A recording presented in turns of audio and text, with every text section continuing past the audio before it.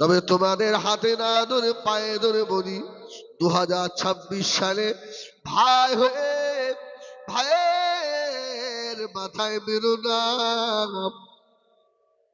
কোন নেতার কথা শুনে মায়ের পেটের ভাইকে ঘর ছাড়া করে দিও না।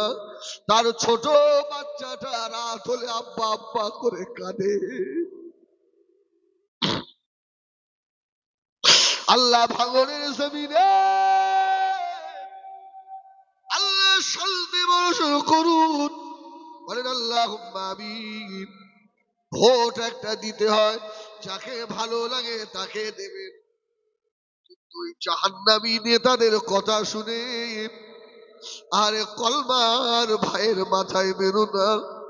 আজকে যদি খবর হয়ে যায় রে হিজবুল্লাহ মারা গেছে, আমার পাড়া প্রতিবেশী এরাই আমার লাশ গোসল দেবে, এরাই আমার জন্য গরম পানি করবে, কেউ বা কাপড়ের কাপড় আনতে দৌড়াবে, কেউ মসজিদে খাটিয়ে আনতে চলে যাবে, আবার আবার আখিরি মুখটা দেখে কাঁদবে। ভাইরে ছোটবেলা কত একসঙ্গে খেলা করেছি, আজকে তুই চলে গেলি। ওই জাহান্নামী নেতাদের কথা শুনে ভাই হয়ে ভাইকে মেরো না। আল্লাহ নবী ফরমাচ্ছেন, কোন মুসলমান যদি কাউকে খুন করে ওর নামায় আমালে আল্লাহ এমন গুনাহ দেবে ও যেন তামাম পৃথিবীবাসীকে খুন করেছে। এবার মহামানব দেখাতে পারবেন না। হযরতে আনাস বলেন, আমি আল্লাহ নবীর বাড়িতে 10টা বছর ছিলাম। নবী আমার কোনদিন আমি আনাসের দিকে চোখ গরম করে আল্লাহ নবী কোনদিন তাকালেন না। আল্লাহ নবী কোনদিন রুক্ষ মেজাজে কথা বললেন না। আল্লাহ নবীর ব্যবহারে কোনদিন আমি মনে ব্যথা পেলাম না। ও আমার ভাইজানেরা, সোনামারি খেরা, আল্লাহ নবীর ইত্তেবা কাকে বলে রে? হযরতে আনাসকে আল্লাহর নবী পয়সা দিলে, বাবা আনাস এই পয়সাটা ধরো বাবা, বাজারে চলে যাও কিছু সওদা নিয়ে এসো। হযরতে আনাস বাচ্চা মানুষ পয়সাটা নিয়ে বাজারের দিকে যাচ্ছেন। রাস্তার ধারে ছোট ছোট বাচ্চারা খেলা করছে, হযরতে আনাস খেলায় মেতে গেছে। জোরে বলুন সুবহানাল্লাহ। বাচ্চারা খেলছে, বিশ্ব নবী কাকে বলে, সুবহানাল্লাহ। হযরতে আনাস দাঁড়িয়ে দাঁড়িয়ে খেলাই দেখছে। রাসূলুল্লাহ এত দেরি হচ্ছে, এখনো আসে না, ছেলেটা তো এখনো আসে না। আল্লাহ নবী নূরের কদম দুটো তুলে তুলে আল্লাহ নবী আগে বাড়লেন।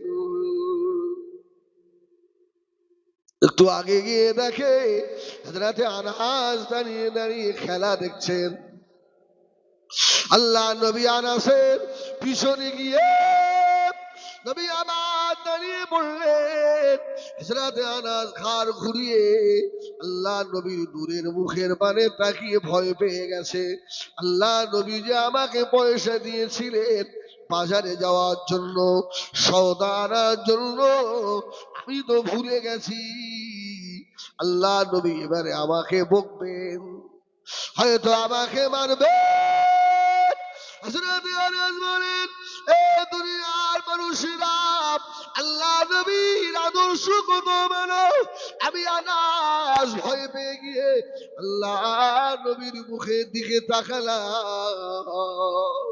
দয়ার নবী আমার, রহমতের নবী আমার উপরে রেগে না গিয়ে আল্লাহ নবী নূরের ঠোঁটে একবার মুচকে হেসে দিয়েছে। জোরে বলুন সুবহানাল্লাহ। বাবা আনাস রে, ভয় পেও না বাবা, চিন্তা করো না বাবা, আমি রাসূলুল্লাহ বুঝে নিয়েছি।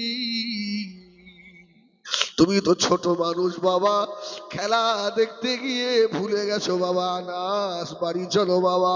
হযরতে আনাস বলে আমার নবীর দরবারে 10 বছর ছিলাম, আল্লাহ নবী কোনদিনও আমার দিকে গরম নজরে তাকালেন না। কত কাজ ভুল করে ফেলেছি, আল্লাহ নবী কোনদিন আমাকে তম্বি করেন না। হযরতে আনাসের মা হযরতে উম্মে সুলাইম রাদিয়াল্লাহু তাআলা আনহা আল্লাহ নবীকে দাওয়াত দিয়েছে, ইয়া রাসূলুল্লাহ, ইয়া হাবিবাল্লাহ, আমি উম্মে সুলাইম আনাসের মা, আমাদের বাড়িতে আপনার দাওয়াত। ইয়া রাসূলুল্লাহ, ইয়া হাবিবাল্লাহ, আমি যে গরীব, ইয়া রাসূলুল্লাহ, আপনি আমার বাড়িতে যাবেন? আল্লাহ নবীকে দাওয়াত করে গিয়ে বসতে দেওয়ার মতো জায়গাটুকু নাই, ছেঁড়া একটা বিছানা আল্লাহ নবীর জন্য বিছিয়ে দিলে। নবী আমার ছেঁড়া বিছানার উপরে আল্লাহ নবী শুয়ে পড়লেন। হযরতে উম্মে সুলাইম বলেন, আমি দেখতে পাই আল্লাহ নবীর নূরের বদন দিয়ে পাসিনা জারি হয়। আল্লাহ নবীর নূরের বদল দিয়ে ঘাম বাইর হচ্ছে। আরে উম্মে সুলাইম কি করব? একটা পাত্র নিয়ে গিয়ে আল্লাহ নবী নূরের বদনের ঘামগুলো মুছে মুছে দিয়ে আর শিশিতে ভরতে লাগলাম। আমি জানি দুনিয়া যত নবী আদর আছে না কেন, আল্লাহ নবীর ঘামের মতো এত সুগন্ধি এত দুনিয়ায় নাই। উম্মে সুলাইম আর আপনার শিশির মধ্যে ভরে নিয়েছে। আল্লাহ নবী বলেছিলেন, এ উম্মে সুলাইম, আমার ঘাম কি করলে? ইয়া রাসূলুল্লাহ, ইয়া হাবিবাল্লাহ, আপনার নূরের বদনের ঘামগুলো যত্ন করে রেখে দিয়েছি। কোন অকেশান বাড়িতে যাব, আল্লাহ নবী নূরের ঘাম মুবারক মেখে মেখে যাব। যদি বলে না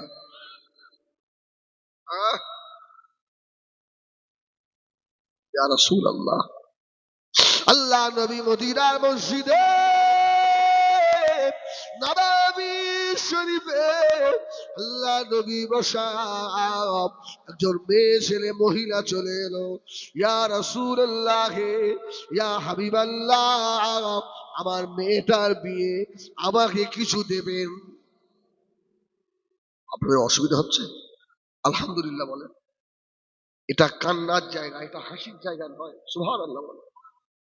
এখানে বসে একটু খান, আল্লাহ যদি নসিব খুলে দেয়।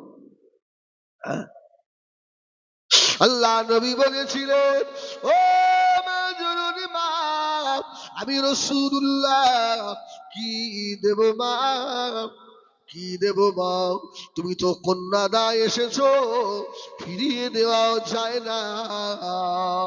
আল্লাহ নবী বললেন, মা রে, বাড়ি চলে যাও মা, একটা শিশি দিয়ে এসো। আল্লাহ নবী দরবারে শিশি দিয়ে এলেন। নবী আমার গায়ের ঘাম মুবারক শিশিতে ভরে দিলেন। ও মা জননী রে, কিছু দিতে পারলাম না মা, আমি রাসূলুল্লাহ আমার গায়ের ঘাম দিয়ে দিলাম। তোমার জামাই যখন আসবে, আমি রাসূলুল্লাহর গায়ে নূরের বদনের ঘামটা গায়ে মাখিয়ে দিও মা, আর বলে দেবে এটা আল্লাহ নবীর মুবারক শরীরের ঘাম। আল্লাহ নবীর ঘামের এত বড় বড় জানা রে, কিভাবে আমি ধরে এসেছি বাবা। ওদের বিবাহ হয়ে গেল, স্বামী স্ত্রী মিলন হলো। আল্লাহ যে কটা বাচ্চা দিয়েছিলেন সব কটা বাচ্চার গা থেকে আল্লাহর নবীর গায়ের খুশবু বার হতো। ও মেয়েরা, দুনিয়ায় একটা নেতা দেখান, আমার নেতা মুহাম্মাদুর রাসূলুল্লাহর মতো একটা নেতা দেখাতে পারবেন না। হযরতে উম্মে সুলাইম আল্লাহ নবীর ঘুমের লাল একটা দস্তরখানা মিশিয়ে দিয়েছে।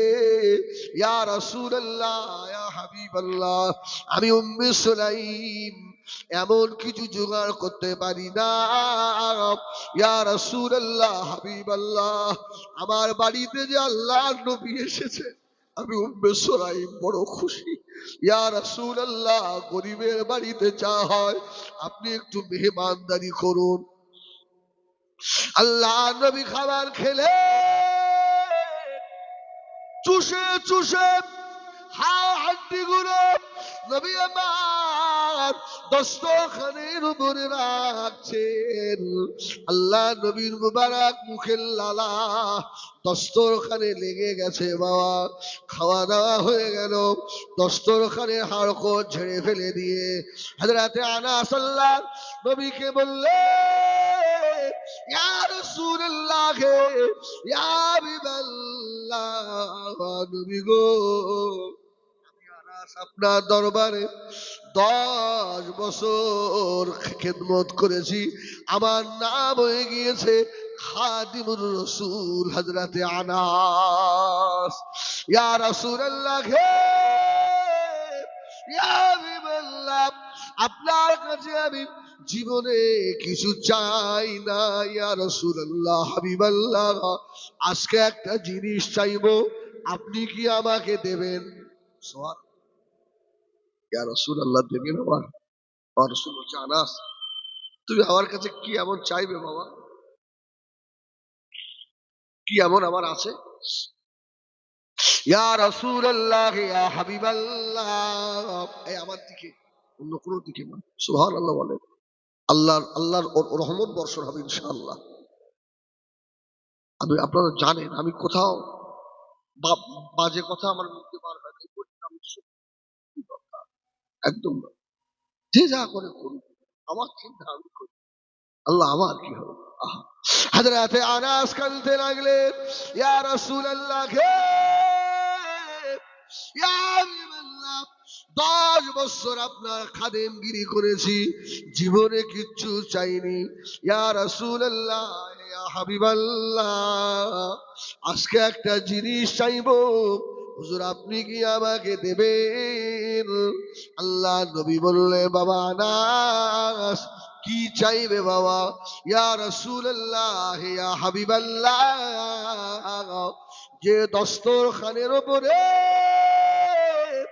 আপনি খানা খেয়ে গালের লালা জড়ানো হাড়কোড় গুলো ফেলেছিলেন, ইয়া রাসূলুল্লাহ, হাবিবাল্লাহ, আমি কিচ্ছু চাই না, ওই নোংরা এঁটো দস্তরখানাটা আমাকে দেবে। সুবহানাল্লাহ। আমার রাসূল বলছে, আনাস, এ আনাস, এই দস্তরখান কি করবে? এই আমার দিকে একটু আগিয়ে আসেন, মাইক সেটটা খুব ভালো, মাইক সেট খুব ভালো। সুরা আনাস, দস্তরখান কি হবে বাবা? হযরতে আনাস জবাব দিলেন, ইয়া রাসূলুল্লাহ, ইয়া হাবিবাল্লাহ, এটা আমি মুহাব্বত করে রেখে দেব, আমার রাসূলুল্লাহ জিনিস। হযরতে আনাস বলেন, আমি ওই এটো অবস্থায় দস্তরখানটা রেখে দিলাম। আমার বাড়িতে মেহমান, বাইরে থেকে মেহমান এসেছে, ওই মেহমানকে খেতে দিতে হবে। আমি আনাস আল্লাহ নবীর এটো লাগা ওই দস্তরখানটা বিছিয়ে দিয়েছি। জোরে বলুন সুবহানাল্লাহ। আমরা হাজী সাহেবের বাড়ি খাওয়া দাওয়া করছি, আলহামদুলিল্লাহ, আপনার করছে খুব। যদি দস্তরখানে নোংরা ময়লা থাকে কি বলবো, ভিআইপি মেহমানদেরকে ওই দস্তরখানা বিছিয়ে, ভিআইপি মেহমানরা বলছে, আনাস এই ইটে মানুষ খায়, সব নোংরা ঝুটা লাগানো, এটা পরিষ্কার করে আনতে পারলে না?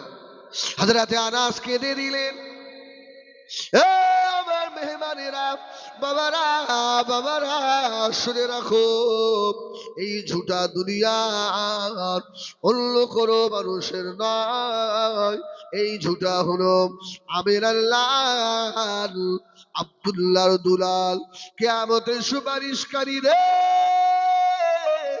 আমাদের নবী জনাবে মুহাম্মদুর রাসূলুল্লাহ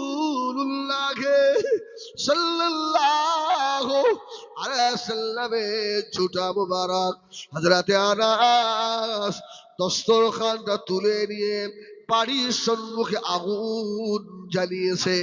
জোরে বলুন সুবহানাল্লাহ। দস্তরখান এবারে পরিষ্কার হবে, সুবহানাল্লাহ। আচ্ছা, দস্তরখান আগুনে দিলে তো একেবারে পরিষ্কার হয়ে যাবে। আল্লাহু আকবার। মেহমানরা বলছে, আনাস আগুন জ্বালিয়ে কি করবে? বলছে, তোমরা বললে না দস্তরখানটা একটু নোংরা আছে, এই আগুনে দিয়ে এটাকে পরিষ্কার করা হবে। মাথা খারাপ, আগুনে দিলে তো পুড়ে ছাই হবে। হযরতে আনাস বলেছিলেন, এ নবী পাকের সাহাবীরা, বাবারা বাবারা বাবারা শুনে রাখো, এটা আমি আনাস, আমার মনের বিশ্বাস এই দস্তরখানার উপরে আমার রাসূলুল্লাহর লালা লেগে রয়েছে। আগুনের বাবার ক্ষমতা নাই এই দস্তরখানটাকে জ্বালিয়ে দেবে। আনাস বলে, দস্তরখান আগুনের ভিতরে ফেলে দিলাম, আগুনের ভিতরে দেওয়ার সঙ্গে সঙ্গে নোংরা ময়লা সাফ হয়ে গেল। মেহমান অবাক, আল্লাহ নবীর ঝুটা মুবারকের লালা যদি এত বরকত হয়, যদি কেউ আমার রাসূলুল্লাহর ইত্তেবা করতে পারে, অনুসরণ করতে পারে, আল্লাহ তাকে কতটা ইজ্জতের হকদার করে দেন। ও আপনাদের ফুলবাড়ি এলাকায় আব্দুল জলিল সাহেব হুজুরের বন্ধু সমকক্ষ মানুষ আছে না না? এক বয়সের, কেউ কাউকে চেনে না রে, কিন্তু আব্দুল জলিল সাহেব কে সারা বাংলা চেনে। সুবহানাল্লাহ বলেন। এমন জায়গায় মাজার হলো আব্দুল জলিল সাহেবের, আলেমেরা যায় নামাজ পড়ে আর হাত দুটো তুলে কাঁদে আর ঝরঝর করে চোখে পানি ঝরিয়ে দেয়। আল্লাহ, এই সেই বদরের ওয়াজ আর শোনা যায় না। সুবহানাল্লাহ। আব্দুল জলিল সাহেবের বদরের যুদ্ধের ওয়াজ শুনলে চোখে পানি আসে না? আসে না? আর আব্দুল জলিল সাহেব আর হবে না। ভাঙড়ে অনেক মানুষ আছে, আব্দুল খালেক সাহেবের মতো মানুষ আর একটা হবে নাকি? রঘুনাথপুরের নাম তামাম বাংলা। এবারে মালদা জেলায় গেলাম, ওখানে আমি জীবনী জলসা করি 8 দিন 10 দিন করে। আমাকে বলছে, হুজুর জীবনী তো আপনারাও করেন, আর জীবনী করে গেছে ভাঙড়ের রঘুনাথপুরের আব্দুল খালেক সাহেব। সুবহানাল্লাহ। ও আর একটু আগে চলে যান, আব্দুল্লাহ গালেব সাহেব বাড়ি কোথায়? বড়ালি। আব্দুল গালেব সাহেব হুজুরের মতো মানুষ আর একটা দেখান। আল্লাহ আল্লাহ রসুলের যারা পাগল, ও কিয়ামত পর্যন্ত আল্লাহ দুনিয়ার মানুষের কাছে তাদের স্মরণ রাখাবে। মুজাদ্দিদুজ্জামান পীর আবু বকর সিদ্দিক রহমাতুল্লাহ আলাইহি 21, 22, 23 সালের সওয়াবে জিলদা পীরেরা বসে আছে, তেমন লোক নাই, ফাঁকা। আর যে পীর দুনিয়ায় নাই রে, কবরে বারজাখের জিন্দেগিতে চলে গিয়েছে। আল্লাহর দাদা হুজুর পীর কেবলার মাজার জিয়ারত করতে গিয়ে এত ভিড়, পাঁচির ভেঙে পড়ে যায়। সুবহানাল্লাহ বলেন। জিন্দা পীরের কাছে গেলে অন্তত একটু মাথায় ফুটও দিয়ে দেয়। আর দাদা হুজুরের মাজার জিয়ারত করলে একটু ফু দেয় না 500 টাকা দেয়? কিচ্ছু দেয় না। কিন্তু মানুষ পাগল দাদা হুজুরের জন্য। জোরে বলুন সুবহানাল্লাহ। কেন? দাদা হুজুর ছিল আল্লাহ আল্লাহ রসুলের পাগল, তাই। জোরে বলুন সুবহানাল্লাহ। খাজা গরিবে নওয়াজের কাছে কত বড় বড় এমএলএ এমপি মন্ত্রীরা সব গিয়ে খাজার দরবারে বসে। খাজা কি ওদের মাথায় হাত দিয়ে দেয়? হাত দিয়ে দেয় না। কিন্তু খাজা ছিলেন মুস্তফার নায়েব। জোরে বলুন সুবহানাল্লাহ সুবহানাল্লাহ। এই জন্য খাজা গরিবে নওয়াজকে তাম পৃথিবীবাসী স্মরণ রাখবে সারা জীবন কিয়ামত পর্যন্ত। ভাঙড়ের আসগার আলী শাহ রহমাতুল্লাহ আছে না? ভাঙড়ে শাহ সুলতান আসগার আলী শাহ রহমাতুল্লাহ। এই ভাঙড়ে এত জায়গায় জলসা করেছি। গতকাল একটা জলসা, আসগার আলী হুজুরের নামে কেউ জলসা দেয় না। সেদিনের সেই জলসাটা আপনার খড়গাছি চাঁদপুর। তো আমি জলসায় উঠবো আর বলছে হুজুর এটা কার নামের ইসালে সব জানে, এ তো অন ক্যামেরা, ওরাও তো শুনবে। বলছে হুজুর এটা কার নামের জলসা জানে? কার নামে? বলে শাহ সুবি সুলতান আসগার আলী শাহ হুজুর রহমাতুল্লাহ আলাইহির ইসালে সওয়াব। সুবহানাল্লাহ বলে। আচ্ছা এতে ওদের লাভটা কি হবে? অনেকে দাদা হুজুরের নামে ইসালে সওয়াব করে, লাভটা কি হবে? অনেকে ইমামে আজম আবু হানিফা রহমাতুল্লাহ আলাইহির নামে ইসালে সওয়াব করে, এতে লাভ কি হবে? অনেকে বড় পীর সাহেব রহমাতুল্লাহ আলাইহির ইসালে সওয়াব করে, খাজা গরিবে নওয়াজের নামে ইসালে সওয়াব করে। আমাদের গাঠির পয়সা খরচা করে কেন করতে যাবো? আরে বাবা না, আল্লাহর ওলিদের রুহানিয়াত পাওয়া যায়। জোরে বলুন সুবহানাল্লাহ। আল্লাহর ওলিদের রুহানিয়াত আছে। আব্দুল হক মুহাদ্দিস দেহলভী রহমাতুল্লাহ আলাইহি কিতাবে লিখেছে, বাবা যে ওলির কথা আলোচনা হয় ওই ওলিটা রুহানি হালতে ওই মাহফিলে হাজিরা দেওয়ার ক্ষমতা রাখে। আমি যে কটা আল্লাহর ওলির নাম নিলাম সব আল্লাহর ওলির, এটা আমার ঈমান। হুজুরের রুহানি হালতে আমাদের ফুলবাড়ির ইসলামে সবে আসতে পারেন। সুবহানাল্লাহ বলেন। আসার ক্ষমতা রাখে।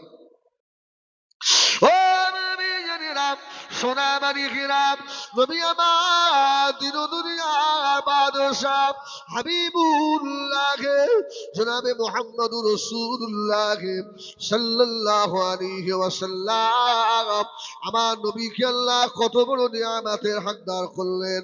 সফওয়ান ইবনে উমাইয়া, নাম বললাম সফওয়ান ইবনে উমাইয়া, রসুলের সঙ্গে বেঈমানেরা যত যুদ্ধ করত, জিহাদ করত, এই সফওয়ান ইবনে উমাইয়া অস্ত্র সাপ্লাই করত। অস্ত্র ওর হাত দিয়ে।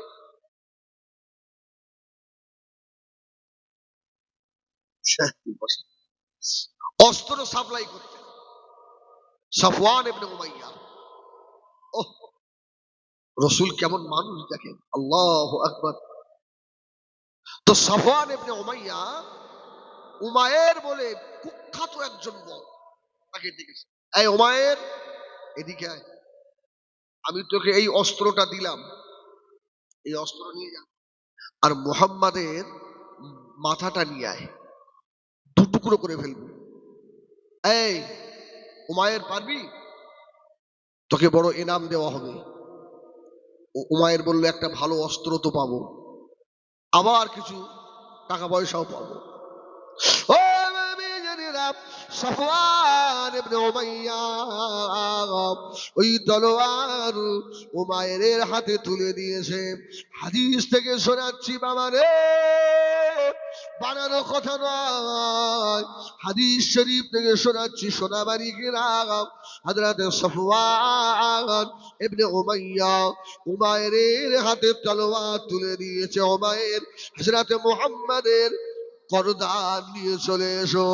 ও মেয়েরা, ও ফুলবাড়ি জানিরা, ও বুড়ো মুরব্বিয়ানেরা, মায়েরা, বোনেরা, বেটিরা, হযরত উমাইর রাদিয়াল্লাহু তাআলা আনহু তলোয়ার নিয়ে মক্কার অলিতে গলিতে খুঁজছে হযরত মুহাম্মদ কোথায়।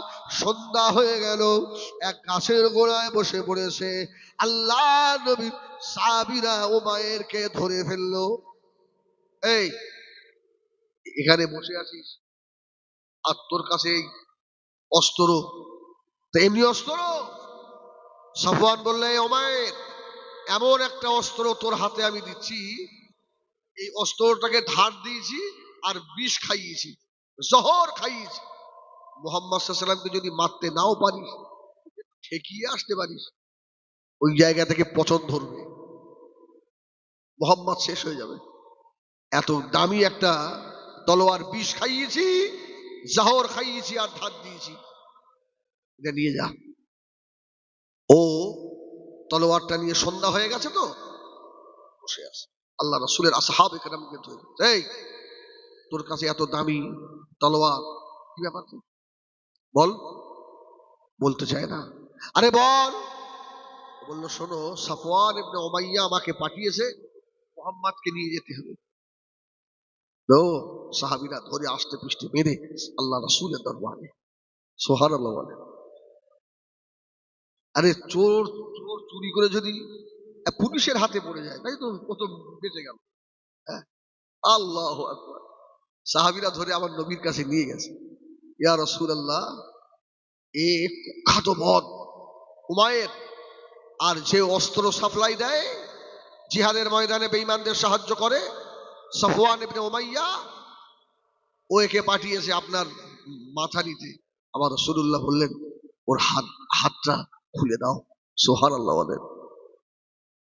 ও মুমিনেরা, সোনামানিকেরা, হযরত উমাইর রাদিয়াল্লাহু তাআলা আনহু আল্লাহ নবী নূরের মুখের পানে তাকায়, দুটো চোখের গোড়া দিয়ে পানি গড়ায়। আহারে,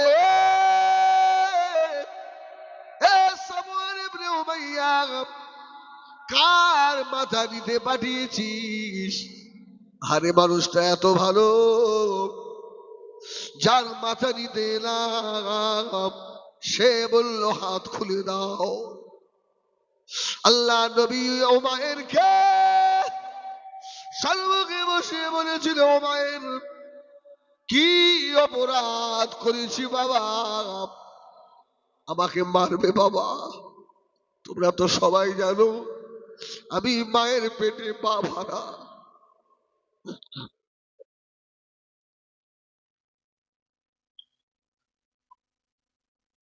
আমি মা হারা, দাদু হারা, আমার আহা বলার মতো, খোঁজখবর নেওয়ার মতো কেউ নাই রে উমাইর। আমার মতো এতিমকে মেরে তোর লাভ কি হবে? আমি রাসূলুল্লাহ তো কাউকে কষ্ট দিইনি।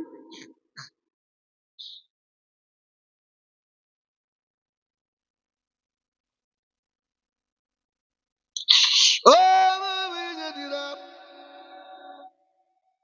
যাদের চোখের কোণায় পানি এসে গেল, আমি দোয়া করি আল্লাহ এদের মৌতের আগে আমার রাসূলে পাকের জিয়ারত যেন আল্লাহ নসিব করে দেন। আল্লাহ আপনি একবার দেখেন, আলেম মানুষ বসে বসে পাগলের মতো কাঁদছে। আয় আল্লাহ, আমাদের চোখের পানি বেকার না যায়। আপনার হাবিব বলেছেন, মান বাকা মিন খাশিয়াতিল্লাহ হারামাল্লাহু আলাইহিন নার। যে চোখ দুটো আল্লাহর আযাবের ভয়ে কাঁদে, হারামাল্লাহু আলাইহিন নার, ওই চোখ দুটো আল্লাহ জাহান্নামের আগুনের জন্য আল্লাহ হারাম করে দিয়েছে।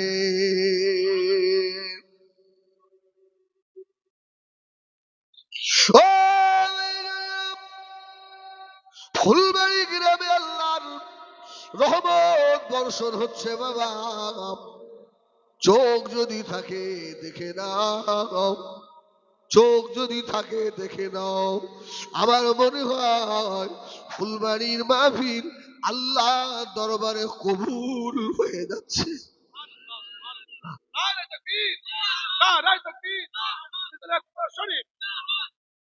ও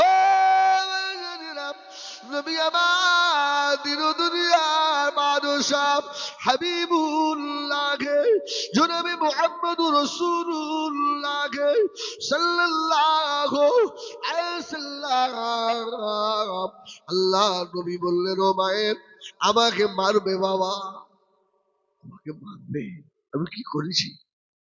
আমি কোনে কারোর ব্যথা দিই? হযরতে ওমায়ের তলোয়ার ফেলে দিয়ে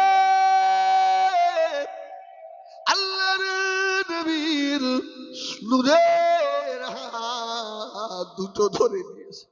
ইয়া রাসূলুল্লাহ, ইয়া হাবিবাল্লাহ, জীবনে তো আপনার সম্মুখে কোনোদিন আসিনি। ইয়া রাসূলুল্লাহ, ইয়া রাসূলুল্লাহ, আমাকে মাফ করে দেন, আমাকে ক্ষমা করে দেন, আমি এখনই ইমানের কলমা বলে মুসলমান হয়ে যাব।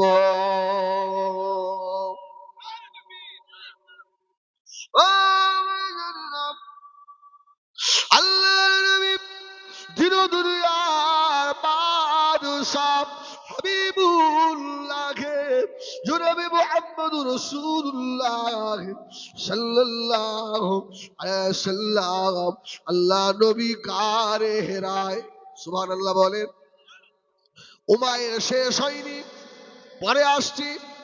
আল্লাহ নবী গারে হেরাতে বেঈমান আবু জেহেলের কাছে এক ভিক্ষুক গিয়ে হাজির। আবু জেহেল, ভিক্ষা দাও। আবু জেহেল বলল, শোন, ওই গারে সুরে হযরতে মুহাম্মদ রয়েছে সাল্লাল্লাহু আলাইহি সাল্লাম, মুহাম্মাদের মাথা যদি আনতে পারো 100 উট তোমাকে দেব। ফকির চিন্তা ভাবনা করে বলল, এ আবু জেহেল, তোমার উট তোমার থাক, আমি মুহাম্মাদের মাথা আনতে পারবো না। ও ফকির সাহেব যাবে না, জোর করে ফকিরকে রাজি করিয়ে গারে হেরাতে পাঠিয়ে দিয়েছে নবী আমার আম্মা জান হযরতে খাদিজাতুল কুবরা রাদিয়াল্লাহু তাআলা আনহার বুকে হেঁটে গারে হেরাতে আল্লাহ নবীর জন্য পানি আর খাবার দিয়ে এসেছিলেন। আল্লাহ নবীর পাশে তখনও রয়েছে, সুবহানাল্লাহ, তখনও রয়েছে ভিখারি গরিব মানুষ, গারে হেরার কিছু রাস্তা উঠে আর উঠতে পারে না, বসে বলল, একটু রেস্ট নিয়ে আবার উঠে একেবারে গারে হেরার কাছাকাছি চলে গেছে। পানির পিপাসা কলিজা ফেটে যায়। গারে হেরায় দাঁড়িয়ে পানি পানি পানি, কে আছো বাবা, আমাকে একটু পানি দাও বাবা। গারে হেরা পাহাড়টা আঙুলের মতো সোজা। আল্লাহ হাবিব আল্লাহকে জিজ্ঞাসা করবে, উপর থেকে হাঁক দিলে নিচের মানুষ শুনতে পাবে না। আল্লাহ নবী গারে হেরার ভিতরে আল্লাহ পাকের ইবাদতে মশগুল। আল্লাহ নবীর কানে আওয়াজ চলে গেল, এই গারে হেরাতে কে পানি পানি পানি করে চিল্লায়? কেউ তো জানে না আমি রাসূলুল্লাহ এখানে আল্লাহর ইবাদত করি। আল্লাহ নবী গারে হেরা থেকে বার হয়ে তাকিয়ে দেখেন অসহায় মানুষ, জামা কাপড় বানো নয়, আর পানির পিপাসায় কাতর। ও নবী আমার দয়া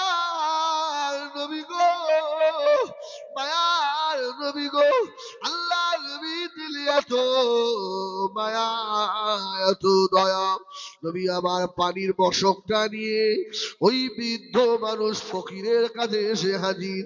বাবা কি করতে এসেছো বাবা? গাড়ে হেরাতে। বলল বাবা ছেলে তোমার কাছে কি পানি আছে? আল্লাহ নবী নিজে হাতে করে আর ভিখারিটাকে পানি পান করালেন। সুবহানাল্লাহ বলে।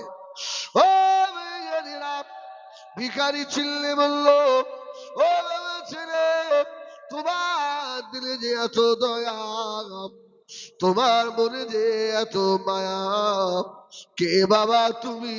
নামটা একবার বলো। আল্লাহ নবী বললেন তুমি কি করতে এসেছো পাহাড়ে?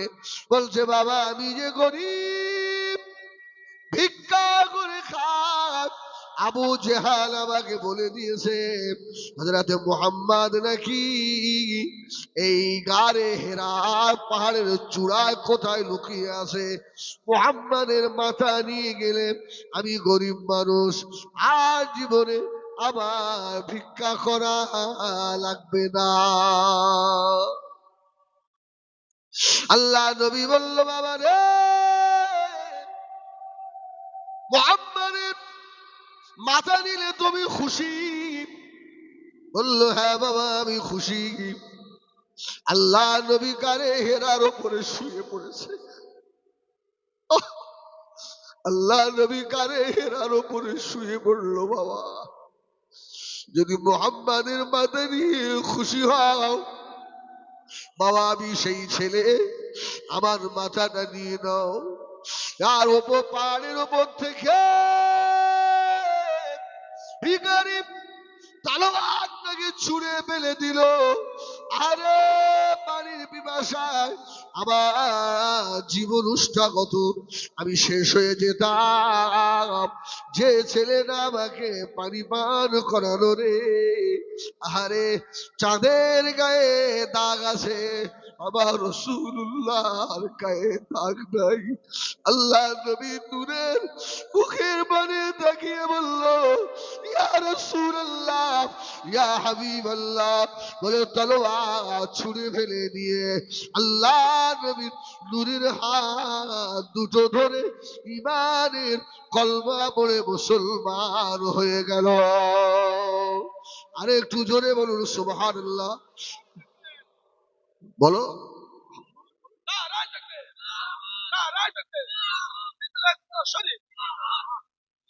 ও মেয়েরা, একবার মোহাব্বতে কলিজার আওয়াজ দিয়ে বলেন ইয়া রাসূলুল্লাহ।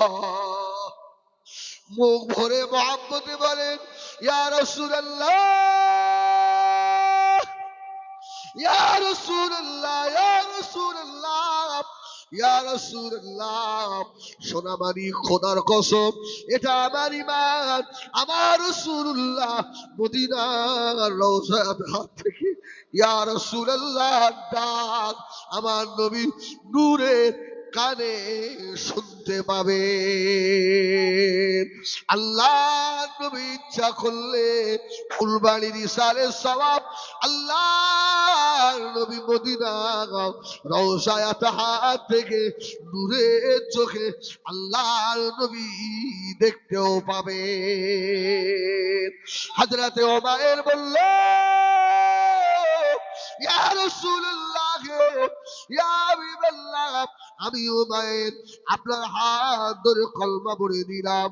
আল্লাহ নবী বললেন বাবা ওমর, ইচ্ছা করলে আমি রাসূলুল্লাহ আমার কাছে থাকতে পারো, আবার চলেও যেতে পারো। ওমর বলল ইয়া রাসূলুল্লাহ, ইয়া হাবিবাল্লাহ, আমি চলে যাচ্ছি। মক্কায় ফিরে চলে গেলেন। ও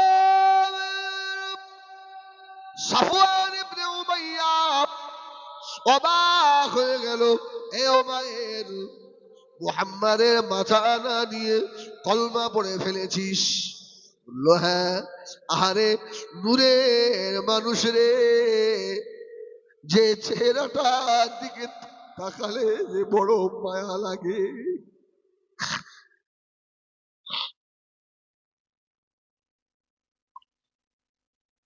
এবার ক্যারিলে যুবকেরা, মায়েরা, বোনেরা, আজকে আমার নবীর দোয়ার খাতিরে আমাদের চাঁদের মতো মুখ, তবে তোমাদের হাতে না ধরে পায়ে ধরে বলি 2026 সালে ভাই হয়ে ভাইয়ের মাথায় মেরো না।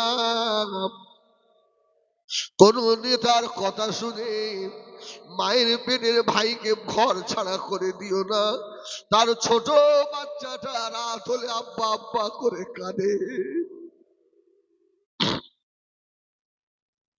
আল্লাহ ভাঙনের জমিনে আল্লাহ শান্তি বর্ষণ করুন, বলেন আল্লাহুম্মা আমিন।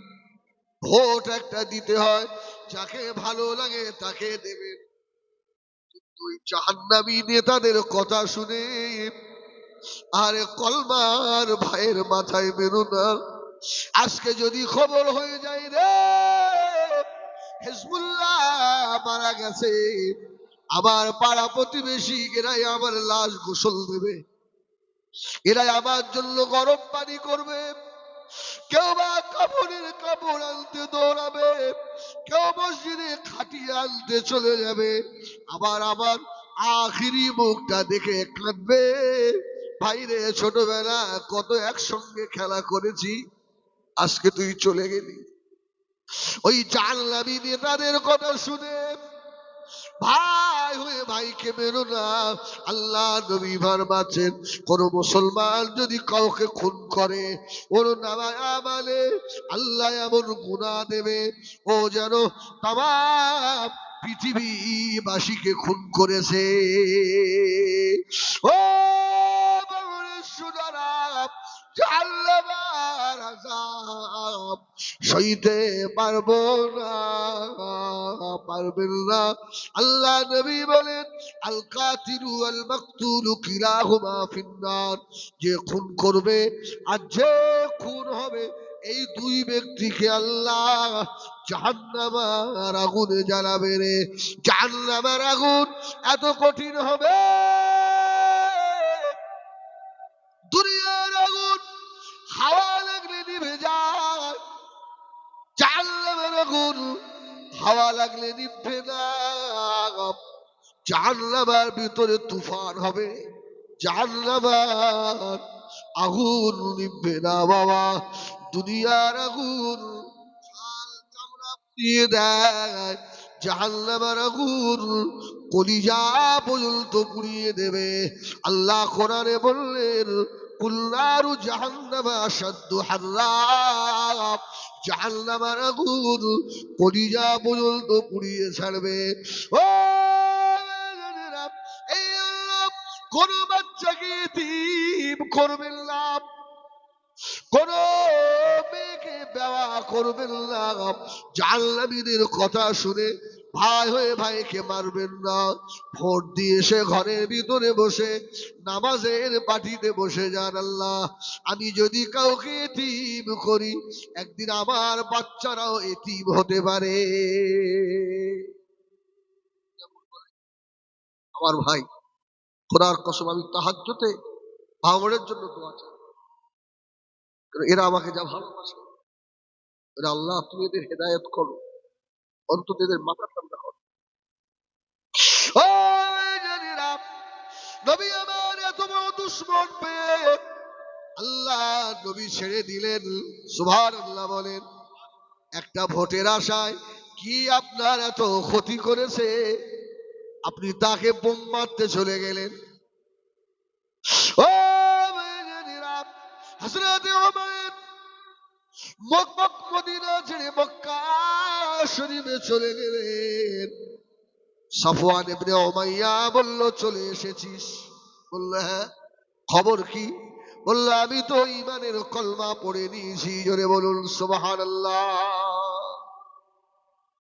ও ভাইজানেরা, নবী আমার দিন দুনিয়া বাদশা হাবিবুল্লাহ জনাবে মুহাম্মদুর রাসূলুল্লাহ সাল্লাল্লাহু আলাইহি ওয়াসাল্লাম অষ্ট হিজরিতে আল্লাহ নবী যখন মক্কা ফাতেহ করছেন, সুবহানাল্লাহ কুল জাআল হক ওয়া যাহাকাল বাতিল ইন্নাল বাতিলা কানা যাহুকা ইন্না ফাতাহনা লাকা ফাতহাম মুবিনা। মক্কা ফাতেহ হবে রে। এই উমাইর যে অস্ত্র সাপ্লাই করত, সাফওয়ান ইবনে উমাইয়া যে অস্ত্র সাপ্লাই করত, উমাইরকে ধরেছে। উমাইর, আমি তোর হাতে অস্ত্র দিয়েছিলাম মুহাম্মাদের মাথা আনার জন্য রে। আজকে মক্কা মুহাম্মাদুর রাসূলুল্লাহ ফাতে করে ফেলেছে, আমাদের চাম তুলে ফেলবে। আল্লাহ নবীর কাছে গিয়ে আমার জন্য কি একটু ক্ষমা চেয়ে নিবি? যদি বলো না সুবহানাল্লাহ। ও মেয়েরা, নবী আমার দয়াল নবী, এই অসুবিধা একবার দরুদ শরীফ আল্লাহুম্মা সাল্লি আলা সাইয়্যিদিনা ওয়া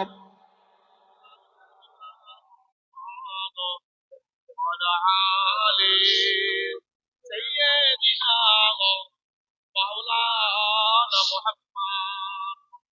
पैगंबरों का रोजा दिखा दे खुदाया, दरे मुद्दत से मिला दे खुदाया, शराबे मोहब्बत पिला दे खुदाया, पैगंबरों का रोजा दिखा दे खुदाया। अल्लाहुम्मा सल्ली अला सय्यिदिना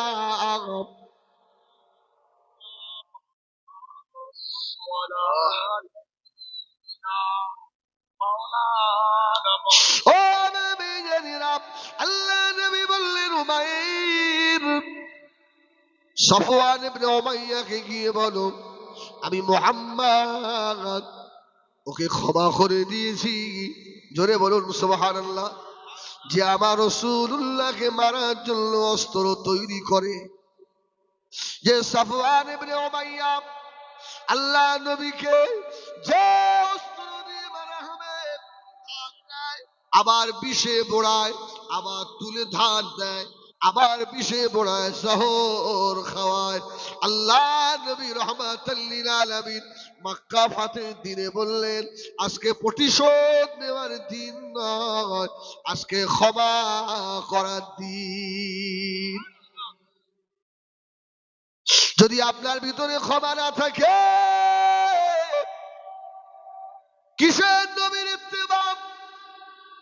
ও বাবাসী, পায়ে ধরে বলি, আমার এই অস্ত্র ভাঙনের ঘরে ঘরে যেন ছড়িয়ে যায়। আমার সোনা মানিক রে, কেউ যদি, আমার নবী যদি অত বড় পাপীকে ক্ষমা করে দিতে পারে, আপনি কি আপনার ভাইকে ক্ষমা করতে পারেন না? হযরত উমাইর বললেন, ইয়া রাসূলুল্লাহ, ইয়া হাবিবাল্লাহ, শুধু বললে বিশ্বাস করবে না, কিছু একটা প্রমাণ স্বরূপ আমাকে দেন। আল্লাহ নবী বললেন, উমাইর, ও উমাইর, কি দেব আমি রাসূলুল্লাহ, কি দেব? আল্লাহ নবী মুবারক মাথার পাগড়ি মুবারক না আল্লাহ নবী খুলে হযরত উমাইরের হাতে দিয়ে বললেন, বাবা উমাইর, এই পাগড়িটা নিয়ে গিয়ে সাফওয়ান ইবনে উমাইয়াকে দেখাবে। আল্লাহ নবীর মাথার পাগড়ি ভয় পেয়ে মক্কা ছেড়ে পালিয়ে যেতে হবে না। ও আজকে ভারতের কত ছেলে পালিয়ে বেড়ায়, কত জেলখানায় আটকে রয়েছে, এখন বর্তমানে আছে কি জানি না, কিছুদিন আগে তো ছিল না। আল্লাহু আকবার। আমার সোনারে, আমি অনেক কথা জানি, বলবো না, বলতেও পারি না, কেননা মান রাআ মিনকুম মুনকারান ফালিগাইরুহু বিয়াদিহি ফাইন লাম ইস্তাতি বিলিসানিহি بلسانهم فإن لم يستطع فبقلبه وذلك أضعف الإيمان আমি শেষেরটা আমল করলাম ওয়াজালিকা আদাফুল ঈমান হীরা করাটা কমজোরতম ঈমানের লক্ষণ কি আমি এখন উল্টো বললি তো ভাঙর ব্রিজে আমার আর উঠতে দেবে না ইটকে মেরে ফেলে দেবে রাস্তায় ফেলে আল্লাহ প্রত্যেকেও অন্তর থেকে ওদেরকে ঘৃণা করে ও রাসূলুল্লাহর মাথার পাগড়ি হাতে করে উমাইর নিয়ে যাচ্ছে আর সাফওয়ান ইবনে উমাইয়া মক্কা ছেড়ে পালিয়ে গেছে হযরতে উমাইর পাগড়ি নিয়ে মক্কা শরীফে পাহাড়ের গুহায় গুহায় গুহায় সাফওয়ানকে খুঁজতে লেগেছে বাবা এক পাহাড়ের গুহায় গিয়ে সাফওয়ানকে পেয়ে গেল উমাইর বলল সাফওয়ান পালিয়ে এসেছিস কেন রে বলছে না না যত যুদ্ধ হয়েছে মুহাম্মাদের সঙ্গে যত অস্ত্র ছিল আবু সুফিয়ানদের সাপ্লাই ম্যান ছিলাম আমি আমাকে ছেড়ে দেবে না রে হযরতে উমাইর বললেন ও সাফওয়ান ইবনে উমাইয়া এই দেখো আমার নূর নবীর মাথার আমামা সুবহানাল্লাহ বলে এ আমার আল্লাহ নবীর মাথার পাগড়ি আমামা আল্লাহ নবী দিয়ে পাঠিয়েছেন আর নবী বলে দিয়েছেন অস্ত্র সাপ্লাই করলেও আমি উমাইরকে আল্লাহ রাস্তায় মাফ করে দিলাম ও নবী আমার দিন দুনিয়ার বাদশাহ হাবিবুল্লাহ জনাবে মুহাম্মদুর রাসূলুল্লাহ সাল্লাল্লাহু আলাইহি ওয়াসাল্লাম আল্লাহ নবী মক্কা ফাতহ করলেন কাবা শরীফে গেটে আল্লাহ নবী দাঁড়িয়ে রয়েছেন কাবার ভিতরে যে 360টা আল্লাহ নবী একটা লাঠি দিয়ে ওদের গায়ে ছোঁয়ালেন সব মুখ থুবড়ে পড়ে গেল আল্লাহ কাবা পরিষ্কার করা হলো আল্লাহ নবী ঘোষণা করলেন ও আমার সাহাবীরা বাবারা বাবারা এই মক্কা শরীফের ভিতরে একজন মানুষ রয়েছে যে মানুষটা নাকি আমার কলিজা চাচা হযরত আমিরে হামজাকে শহীদ করেছিল ওয়াহশী ওয়াহশীকে পথে ঘাটে মাঠে যেখানে পাওয়া যাবে ওয়াহশীকে কতল করে দেবে হযরত ওয়াহশী বললেন আর উপায় নাই এবারে তো আমাকে মেরে ফেলবে রে বাবা ও হযরত ওয়াহশী রাদিয়াল্লাহু তাআলা একটা কাপড় মুড়ি দিয়ে আল্লাহ নবীর সম্মুখে এসে দাঁড়িয়েছে জোরে বলুন সুবহানাল্লাহ আল্লাহ নবী যেন ওয়াহশীকে চিনতে না পারেন হযরতে ওয়াহশী বললেন ইয়া রাসূলুল্লাহ ইয়া হাবিবাল্লাহ আজকে মক্কা বিজয় হয়েছে আমি যদি তওবা করি আমি যদি ঈমানের কলমা পড়ে নিই আল্লাহ কি আমাকে মাফ করে দেবেন আল্লাহ নবী বলল বাবা ছেলে কে তুমি বাবা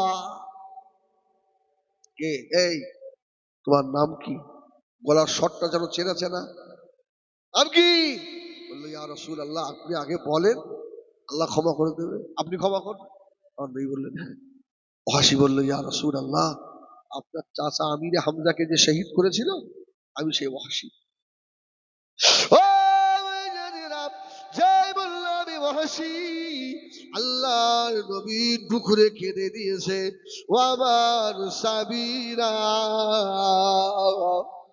বাবারা এই ওয়াহশী তুমি আমার চাচা আমিরে হামজাকে শহীদ করেছিলে আল্লাহ নবীর কান্না দেখে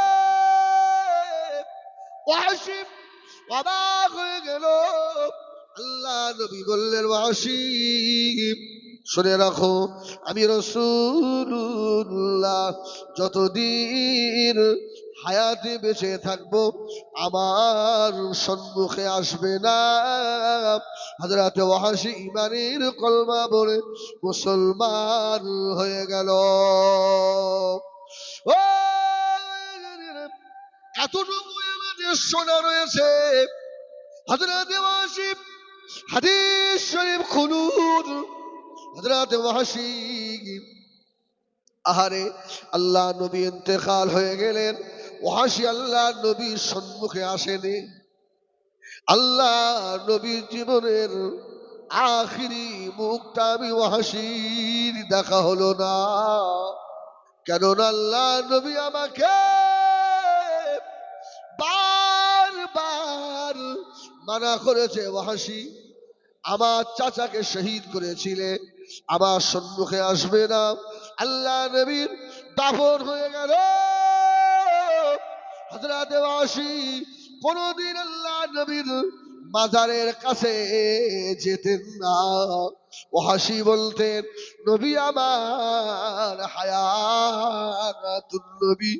আল্লাহ নবী মাজারে আতারের ভিতরে সশরীরে আল্লাহ নবী জিন্দা শুয়ে আছে।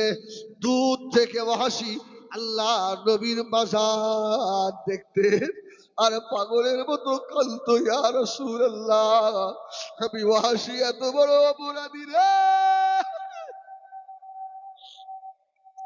আল্লাহ নবী মাজারে কাছে যেতে পারি না।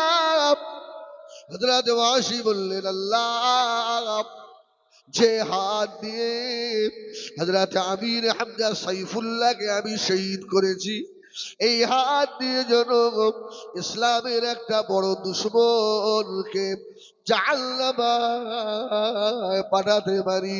আল্লাহ নবী ইন্তেকালের পরে হযরত আবু বকর সিদ্দিক রাদিয়াল্লাহু তাআলা আনহু হুজুর আমার খলিফাতুল মুসলিমিন, খলিফার আসনে রয়েছেন।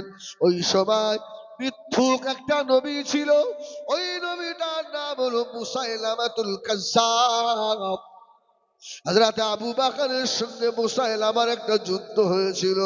হযরত ওয়াহশী বললেন, জীবনে এই একটা গোল্ডেন সুযোগ, আমি যদি এই সুযোগে এই মিথ্যুক নবীটাকে জাহান্নামে পাঠাতে পারি তাহলে জীবন ধন্য হবে।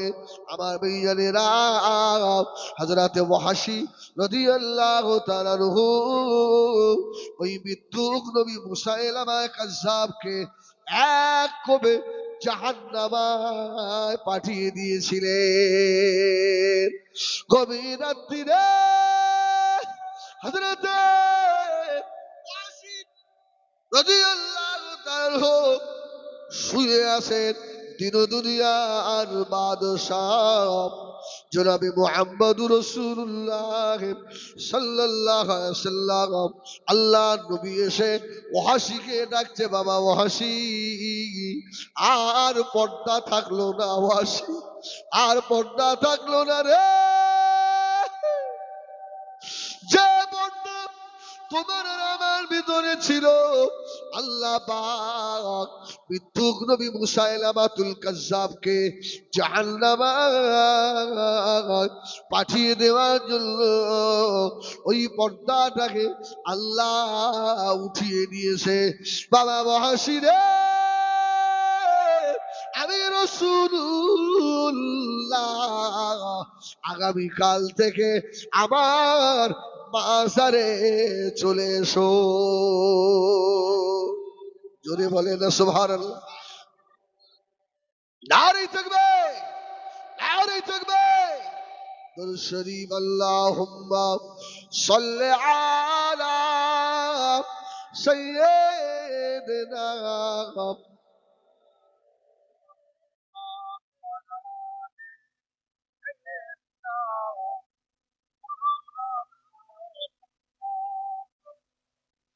আমার ভাইরা, 9টা বেজে গেছে,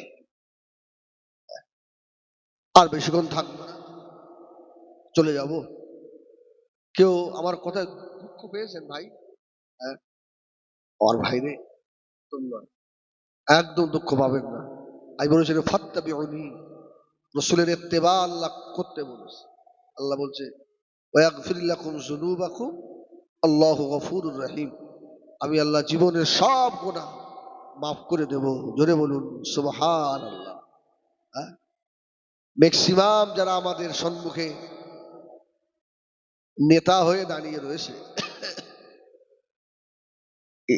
এরা সব নবীর আদর্শ নিয়ে আসে না, কিছু বলে না। আল্লাহ, না না, কার অনুসরণ করবে? যেসব নেতাগুলো আল্লাহ নবীর অনুসারী, ওই নেতার একটা কথা বলবো নাকি? সুবহানাল্লাহ বলেন। ও আমার ভাইজানেরা, সোনা বাড়ি খেরাম, বাদশাহ হারুন আর রশিদের নাম শুনেছেন আপনারা? শুধু এই ভাঙড়ের নেতা? সুবহানাল্লাহ বলে।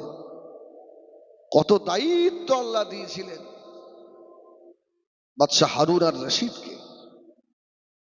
জীবনে নামাজ কাজা ছিল না, জোরে বলুন সুবহানাল্লাহ। প্রতিদিন ফজরের নামাজের পরে বাদশাহ হারুন আর রশিদ এত বড় দেশ চালিয়েও 200 রাকাত করে নফল নামাজ পড়তেন। সুবহানাল্লাহ, 200 রাকাত নফল নামাজ। আর আমাদের ছেলেরা, মুরব্বীরা জুম্মার দিনে 2 রাকাত পড়তে গেলে কষ্ট হচ্ছে। ঠিক না ভুল বলে? ইমাম সাহেব এত করে বলে, বাবা একটু বসে যাও, শেষে দোয়া করে যাও। ভাই আলাদা ঘুরিয়ে দিতে হয়, সব চলে করে বাইরে চলে গেল। আল্লাহু আকবার। এরা মুসল্লি নয়, এরা এরা মুনাফিক। নামাজ পড়েও আবার মুনাফিক। হ্যাঁ, নামাজেও মুনাফিক হতে যায় যদি অক্ত মতো নামাজ সময় মতো না পড়ে, যদি নামাজে তাড়াহুড়ো করে। ফাওয়াইলুল লিল মুসাল্লিন আল্লাযীনা হুম আন সালাতিহিম সাহুন। খবর খারাপ আছে, নামাজ পড়েও জাহান্নামে যেতে হবে। আল্লাহু আকবার। এজন্য প্রায় জলসায় আমি একটা কথা বলি, এ ভাই, মাছ পানি ফেলে খুশি না বেজার? মাছ মাছ খুশি না?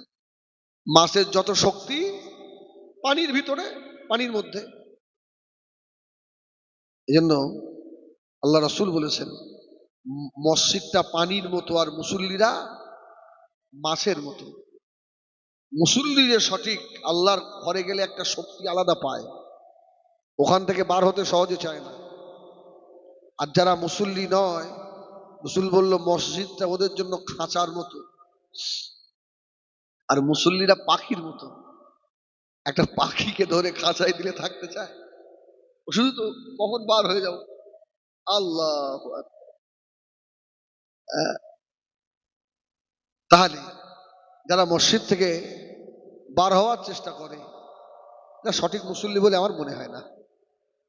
ও আমার ভাইজানেরা, সোনা মানি খেরাম, আল্লাহর ওলি বাদশাহ হারুন আর রশিদ নামাজ কাজা নাই, কোরআন তেলাওয়াত কাজা নাই। বাদশাহ হারুন আর রশিদের তাহাজ্জুদের নামাজও কাজা ছিল না। জোরে বলুন সুবহানাল্লাহ।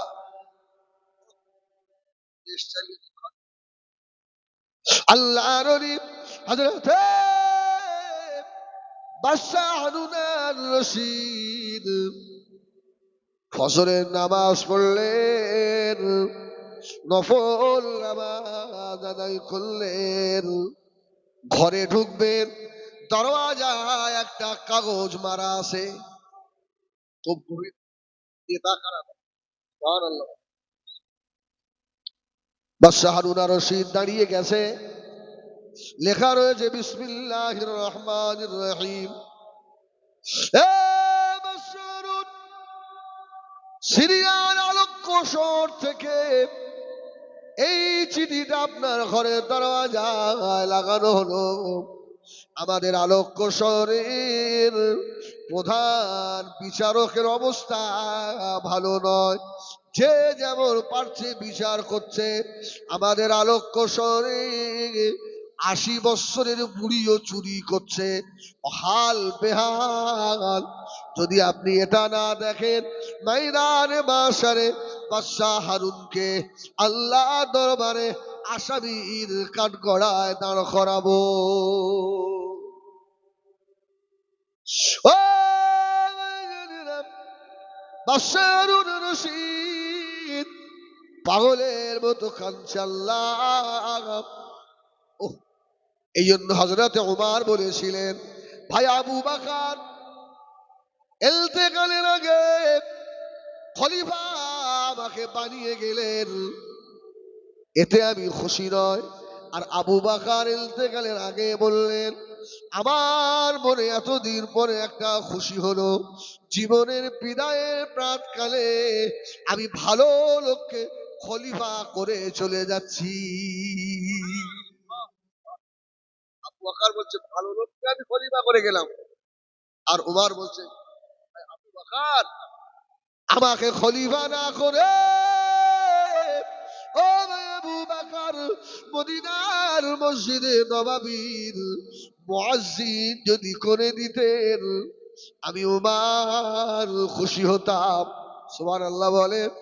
আমার নেতা হওয়ার শখ নাই, আল্লাহ দরবারে আমি উমর জবাব দিতে পারবো না।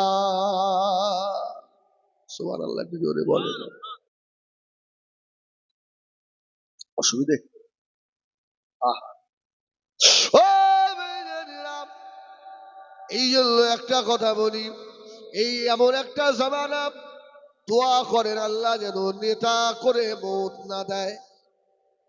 আল্লাহ ভিখারি গরিব করে ইমানের সঙ্গে আল্লাহ মৌত দিক।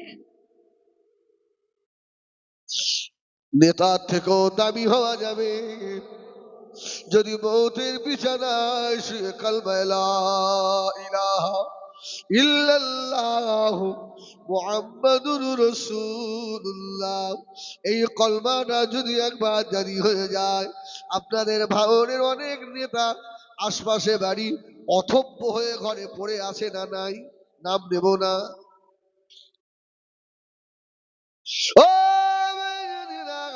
বাদশাহ হারুন জাহান্নামের ভয়ে, হিসাব দেওয়ার ভয়ে কেঁদে পাগল হয়ে যাচ্ছে। বাবা হুজুর আমার সাধারণ ড্রেস পরলেন, সাধারণ জামা পরে, আর সিরিয়ার আলোক্য শহরে গিয়ে বিচারকের আসনে গিয়ে বসে বলল, বাবা জেলখানার ভিতরে যে কটা চোর আছে সব ধরে নিয়ে এসো, আমি ওদের বিচার করব। বিচার হবে, সব ধরে আনা হচ্ছে। বাদশাহ হারুন বলছে, সব একদিকে দাঁড়াও। সকলের শেষে জেলখানা থেকে ৮০ বছরে এক বৃদ্ধা মহিলাকে দুইজন ধরে ধরে ধরে ধরে নিয়ে আসছে। আল্লাহর ওলি হারুন আর রশিদ অবাক, আয় আল্লাহ ৮০ বছরে বুড়ি চুরি করেছে, আল্লাহ জবাব না দেব কি? বুড়িটাকে এনে যখন হারুন আর রশিদের সম্মুখে দাঁড় করানো হলো, টক টক টক টক টক টক করে কাঁপছে না খাওয়া বুড়ি।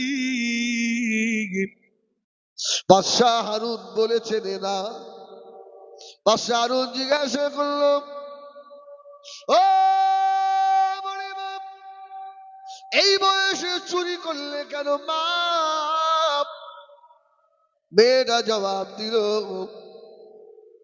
ও বাদশারা, তখনও বাদশা চেনে না বাবা, বিচারক আমার অপরাধ হলে আমাকে সাজা দেবেন। আমার একমাত্র বেটা ছোট বয়সে ওর আমার স্বামী ওর বাবা ওকে রেখে দুনিয়া থেকে পরলোক গমন করে, আমি বেটাটাকে অনেক কষ্টে বড় করেছি, বেটাকে বিবাহ দিলাম, বৌমা ঘরে এলো, দুটো বাচ্চা হলো আমার বৌমার, একটা 7 বছরের ছেলে আর একটা 8 বছরের ছেলে। ও বাবা বিচারক, আমার বেটা কঠিন রোগে আক্রান্ত হয়ে আল্লাহর ডাকে সাড়া দিয়েছে। আমার 2 পোতা বাভারা এতিম। ও বিচারক, আমার বেটা দুটো, আমার পোতা দুটো কয়েকদিন খাওয়া হয় না। আমি ওদের দাদিমা, আমার আঁচল ধরে কাঁদে, দাদি খেতে দাও, দাদিমা খেতে দাও, কলিজা পেটে গেল। ও বিচারপতি, আমার বৌমা যুবতী, বৌমাকে কোথাও কাজে পাঠাতেও পারছি না। যদি আল্লাহ না করে এর বেইজ্জতি হয়ে যায়, আল্লাহ দরবারে কি জবাব দেব? ও আল্লাহর ওলি বাদশা হারুন আর রশিদ বললেন, ও বুড়িমা, তারপরে কি হলো? বুড়িমা বলল, কেউ যখন সাহায্য করলো না, আমি একেবারে অসহায় হয়ে গভীর রাত্রিরে রুটির দোকানে ঢুকে আমার 2 ভাইয়ের জন্য চুরি করে ফেলেছি। বাবারে, যে সাজা দিলে ভালো হয় আমাকে দাও। বাদশাহ হারুনের চোখের পানিতে বুক ভেসে যায়। ও আল্লাহর ওলি বাদশাহ হারুন আর রশিদ বললেন, বিচার আজকে হবে না, আগামীকাল বেলা 10টায় বিচার হবে। হুজুর বলল, বাবা, এই দেশে যে খাদ্যমন্ত্রী, অর্থমন্ত্রী, তাকে কাল সকাল 10টায় আসতে বলবে। যে পুলিশ প্রধানের দায়িত্বে আছে, তাকেও কাল 10টায় এখানে আসা লাগবে। যে এলাকা ধনী, তাকেও কাল সকাল 10টায় আসা লাগবে। দেশের মানুষ হতভাগ। বাদশাহ হারুন আর রশিদ কেমন বিচার করবে বাবা? ও সকাল হয়ে গেল, হাজার হাজার মানুষের ভিড়, সব এসে হাজির। বুড়িমাকে জেলখানার ভিতর থেকে ধরে ধরে নিয়ে এসে দাঁড় করানো হলো। বুড়িমাকে বাদশাহ হারুন জিজ্ঞাসা করছে, মা, কেন চুরি করেছিলে মা? সব ঘটনা খুলে বলায় বাদশাহ হারুন বললেন, এ অর্থমন্ত্রী, তুমিও চোর। এ পুলিশ প্রধান, তুমিও চোর। এলাকার যে ধনী, তুমিও আসামি। আমি বিচারক, আমিও আসামি। জোরে বলুন সুবহানাল্লাহ। কি সুন্দর বিচার দেখেন। বাদশাহ হারুন বললেন, হাসান শুরুতে বসাব। এর ভিতর থেকে এক যুবক ছেলেকে তুললেন। বাবা যুবক, এদিকে এসো। যুবকের হাতে পেটের একটা লাঠি দিয়ে দিয়েছে। বাবা ছেলে, এখন বলো এই বুড়িমার সাজা কি হবে? সবাই বলল, বুড়িমা 100টা বেতের আঘাত করতে হবে। আচ্ছা, হারুন বললেন, বুড়িমার একা খাবে কেন? এই বুড়ির 100টা বেত সবাই 20টা করে ভাগ করে নাও। সুবহানাল্লাহ বলো। তুমি পুলিশ প্রধান, খবর নাওনি কেন? অর্থমন্ত্রী, তুমি কেন খবর নাওনি? তুমি এলাকার ধনী, তুমি কেন খবর নাওনি? আর আমি মাতব্বার, আমি কেন খবর নিই? তো অসহায় হয়ে চুরি করেছে। হযরত ওমরের জামানায় চোর ধরা পড়েছে,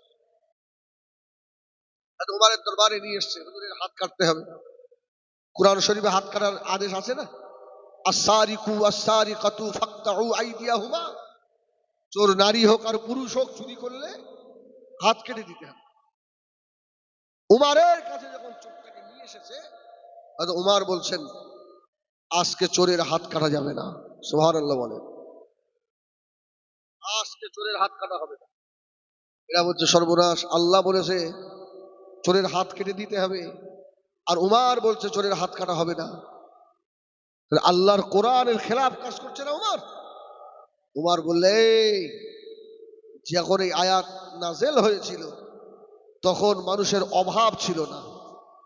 কেউ যদি চুরি করত তাহলে স্বভাবে চুরি করত, কেউ যদি স্বভাবে চুরি করে তার হাত কাটা হবে। সাহাবীরা আর কেউ কথা বলে না। আজকে অভাব, বাবা অভাবে পড়ে পেটের দায়ে চুরি করে ফেলেছে, আজকে ওর হাত কেটো না। উমার বললেন ছেড়ে দাও। বাদশা হারুন আর রশিদ বললেন, এই যুবক, চাবুকটা নিয়ে আয়, এই পেটের লাঠিটা নিয়ে আয়। বাদশা হারুন আর রশিদ দরবারে বসা। ও জাহান্নামের কথা মনে পড়ে গিয়েছে। বাদশা হারুন বলল, বাবা ছেলে, সর্বপ্রথমে আমাকে দিয়ে শুরু করো। সুবহানাল্লাহ বলেন, সুবহানাল্লাহ বলেন। আজকে আমাদের নেতারা লোক লাগিয়ে ভাই হয়ে ভাইকে খুন করায়। আল্লাহু আকবার। তাদের পিছনে আবার জিন্দাবাদ দাও। ওই নেতা জাহান্নামে যাবে, নেতার পেছনে জিন্দাবাদকারীরাও জাহান্নামী হবে। ও কি বলবো দুঃখের কথা। বাদশা হারুন হাত পেতে বললেন, বাবা ছেলে, আমার ভাগে 20টা বেদ। সুবহানাল্লাহ বলেন। আমার ভাগে 20টা। আমি বিচারক বলে আস্তে আমাকে মারবে না। আল্লাহ যদি অপরাধের জন্য আমাকে জাহান্নামায় দেয়, আমি হারুন আর রশিদ জাহান্নামের আযাব আমি সইতে পারবো না। আমাকে মারো, গায়ে যত জোর আছে সব জোর দিয়ে আমাকে মারো, দুনিয়ায় বিচার হয়ে যাক। বাদশা হারুন আর রশিদের হাতে প্রথম বেতের আঘাত, দ্বিতীয়বারে বেতের আঘাত। আল্লাহর ওলির হাত ফেটে দরদর দরদর করে রক্ত ঝরছে। বাদশা হারুন বলছে আরো জোরে, কেননা দুনিয়ার বেতের মার এটা সামান্য। আমি নেতা কেন খবর নিইনি, আল্লাহ যদি আমাকে ধরে আমি ময়দানে হাসরে আল্লাহ দরবারে জবাব দিতে পারবো না। হুজুরের মেরে হাত ফাটিয়ে ফেলল। 4 জনের 20টা করে হয়ে গেল 80টা। এবারে বুড়িমার পালা। বুড়িমা কাঁপছে আর বলছে, বাবা রে, অত জোরে জোরে আমাকে মারলে মরে যাব বাবা। আমার এতিম দুটোকে কে দেখবে বাবা? আমি যে মরে যাবো রে বাবা। এত জোরে আমাকে বেরো না, বেরো না। বাদশা হারুন আর রশিদ বললেন, ওকে আস্তে আস্তে মারো। বুড়ি এতিমের জন্য পেটের জ্বালায় চুরি করেছে। বাদশা হারুন বলে, বুড়ি চেনে না তখনও।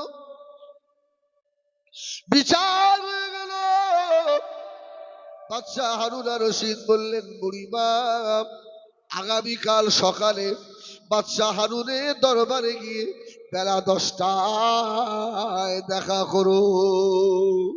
সুবহানাল্লাহ। বুড়ি বলছে আল্লাহ বিচার এখনো শেষ হয়নি। আবার কালকে আবার বিচার হবে। আবার যাবার কি উপায় হবে আল্লাহ? ও মেয়েরা, সোনামানিকেরা, পরের দিন সকালে বাদশাহ হারুনের দরবারে হাজার হাজার মানুষ। বুড়িমা গিয়ে বাদশাহ হারুনের দরওয়াজার দিকে তাকিয়ে বসা। 10টা বেজে গেছে। বাদশাহ হারুন এবার দরওয়াজা থেকে দরওয়াজা খুলে বার হয়েছে। বুড়ি অবাক হয়ে গেছে, আল্লাহ কালকে যার হাতে পেরে হাত ফাটিয়ে দেওয়া হয়েছে সেই তো ওই বাদশাহ হারুন আর রশিদ। বুড়ি ছুটে এসে হযরত হারুন আর রশিদের পা জড়িয়ে ধরেছে। বাবা ছেড়ে, আমি যদি জানতাম তুমি হারুন আর রশিদ, এইভাবে কি মারতে তোমাকে দিতাম। বাদশাহ হারুন বলল, বুড়িমা দুনিয়ার সাজা দুনিয়ায় হয়ে যাওয়া ভালো মা, আমি হারুন আর রশিদ জাহান্নামের আযাব আমি সহ্য করতে পারবো না মা। ও জননী, এতগুলো মানুষকে এই জন্য ডেকে নিয়ে এসেছি, একবার সকলকে সাক্ষী রেখে বলে দাও, আল্লাহ আমি এতগুলো মানুষকে সাক্ষী রেখে আমার বেটা হারুনকে ক্ষমা করে দিলাম।